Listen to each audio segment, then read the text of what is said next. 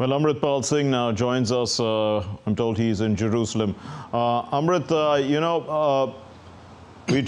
we know that the aid is coming in now in a trickle, in a sense. But to what extent, does it help the plight of the Gazan residents? The situation in the Gaza Strip is so bad, Mark, that any aid that comes in is of help. You're right, it's just a trickle. The amount of aid that they require is massive because the Israeli siege for the past 15 days has taken a toll there, because Israel supplies water to them, Israel supplies gas to them. They control all the water supply, etc., even in West Bank. Though there is no siege on West Bank, but there is a siege in the Gaza Strip. So when they had stopped that, drinking water had completely finished. The UNRWA's assessment is that the amount of relief that they need every day would amount to at least 100 trucks and more.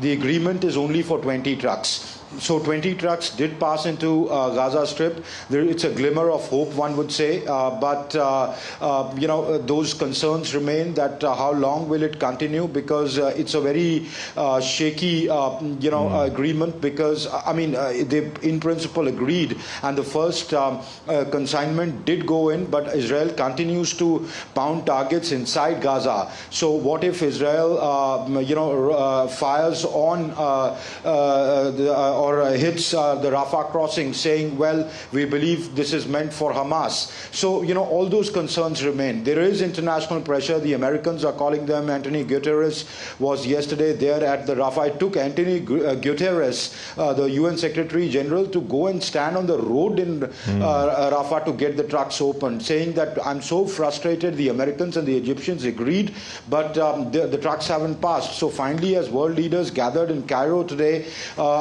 after much pressure, trucks were finally allowed to move in. Sure. So that is what the situation is, Mark. Indeed. So we talked about the trickle, in terms of aid coming in. But in terms of hostages released, just 2 out of 200. What's the plight of the hostages and further room for negotiation?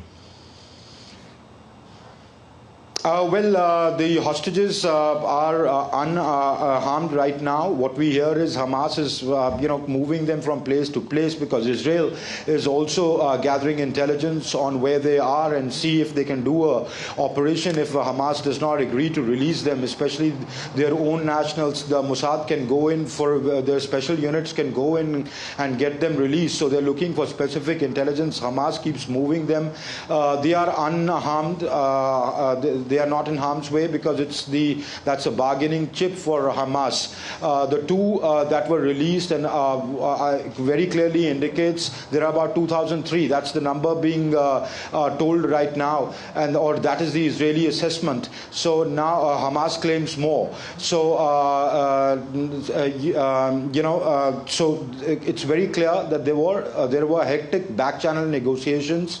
They agreed to release 2 and 2 Americans, a mother and a daughter, and then the aid passed. So clearly, somebody is talking to Hamas, and there is back-channel negotiations on. So I think they would, look at either the best-case scenario for Hamas would be if Israel stops pounding them, because it's really hitting them hard. They're losing senior leaders, they're losing military commanders. There's a lot of loss to their infrastructure. But the stand that they've taken, they cannot back down from that. After all, Hamas may be a terrorist organization, but they too contest elections in the Gaza Strip. And given all that, I think, something is on, and they will be released as more aid goes in. Sure. At least that's how it looks like, unless things go south. Indeed, the last time they did contest an election was in 2006.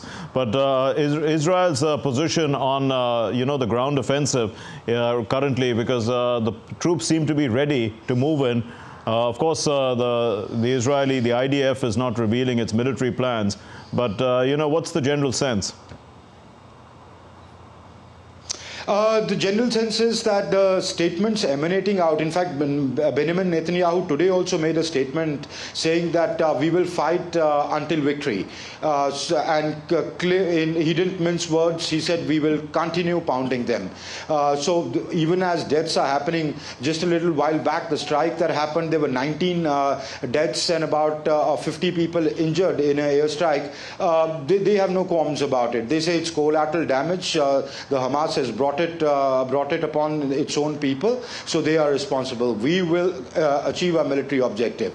They have amassed a huge number of troops, military equipment, heavy military equipment, tanks, artillery, guns, etc. on the border with the Gaza Strip. I think my assessment is that they would want to first weaken Hamas by through aerial bombing, and once they are considerably weakened, they would go in small units, because going in with a military offensive has its own risks. One, to the Israeli forces. Secondly, the civilian count will go up of dead and injured, so international pressure will increase on them. Thirdly, the conflict may further escalate in the region. I mean, Hezbollah may retaliate. It's basically told them very clearly, you enter, we bomb you out. Hezbollah enters, Iran enters, Syria enters, then it basically goes into upward spiral. So all that they would be factoring in before going in, but they are prepared to go in, and they're making those kind of noises. Right. Mark. So the Israelis don't accept the two-state solution, and it appears now that there are negotiations that are taking place at a Cairo summit.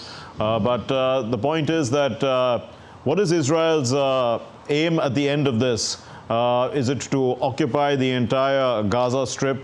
They had moved out themselves in 2006 voluntarily. Ariel Sharon had done that. Are they planning to go back and take over control? Their stated aim is to decimate Hamas. That is their stated aim. When you talk to military commanders on the ground, they off camera when they speak to you, and you talk to military analysts. I'm here in Jerusalem. I've spoken to a lot of people. They say, people in the know of things, they say that is easier said than done.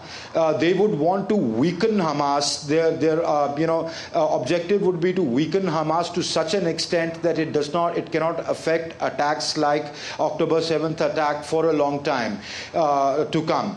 And my assessment is different people say different things. There are different opinions, but after talking to different people and the whole range of opinions, my assessment really is that they wouldn't want to take control of Gaza because of its attendant problems. They would want to leave it to